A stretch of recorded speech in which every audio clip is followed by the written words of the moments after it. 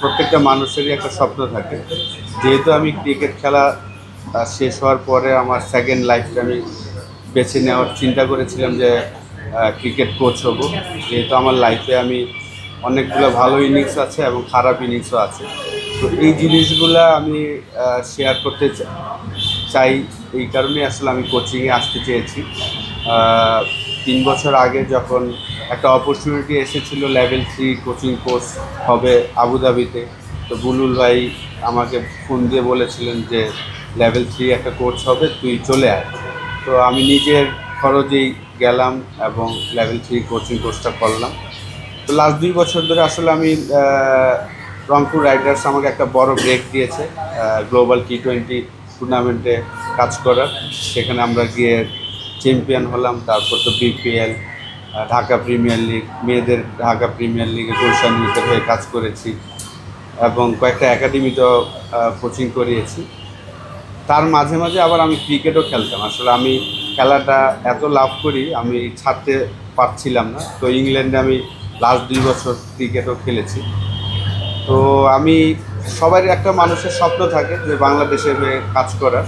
তো যেহেতু আমি ক্রিকেটের মানুষ, আমার একটা অপরচুনিটি এসেছে। আজ ক্রিকেট বোর্ড আমাকে একটা অপরচুনিটি করে দিয়েছে আয়ারল্যান্ড সিরিজে কাজ করার।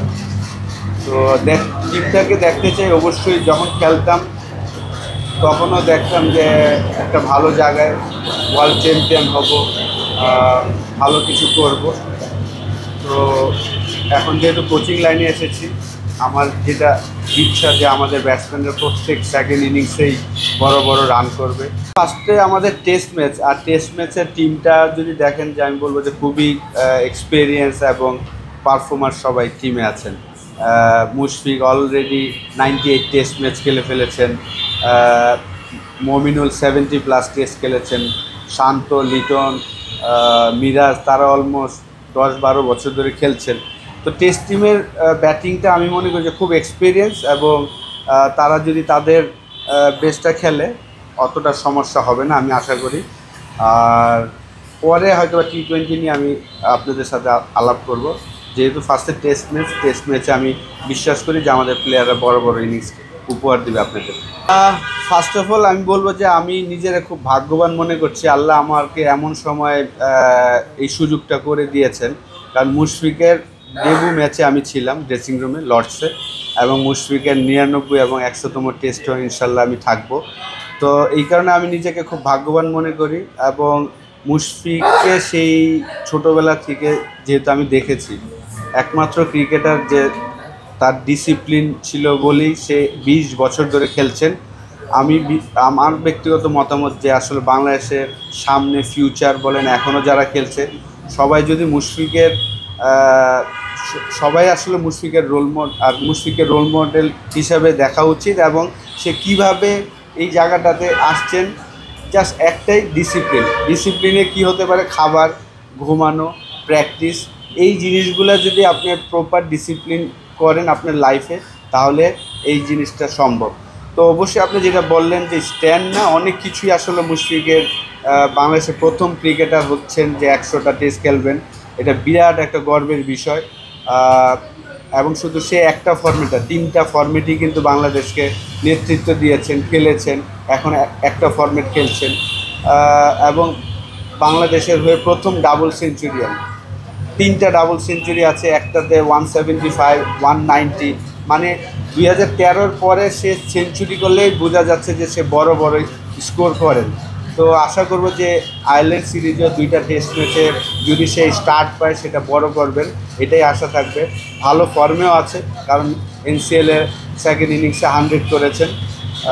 তো অবশ্যই যারা আমাদের লিজেন্ড তাদের জন্য শুধু স্ট্যান্ড না, অনেক কিছুই করা সম্ভব।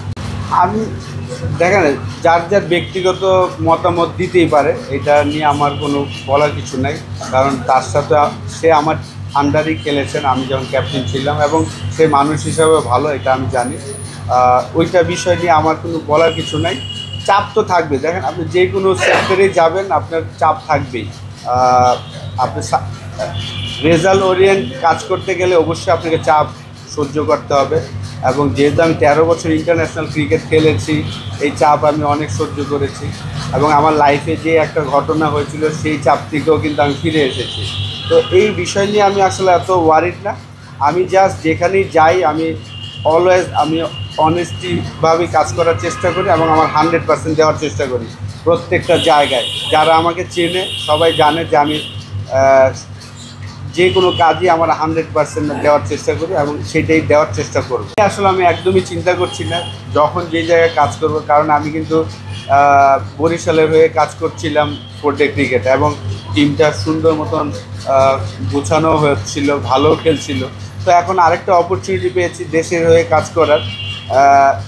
এক ম্যাচের জন্য কাজ করতে পারাটাই তো বড় বিষয়। এখন আমাকে পুরো একটা সিরিজ দিয়েছেন, তো আমি চেষ্টা করব জাস্ট যখন যেই কাজটা পাবো সেই কাজটার জন্য আমি বেস্টটা দিতে পারি।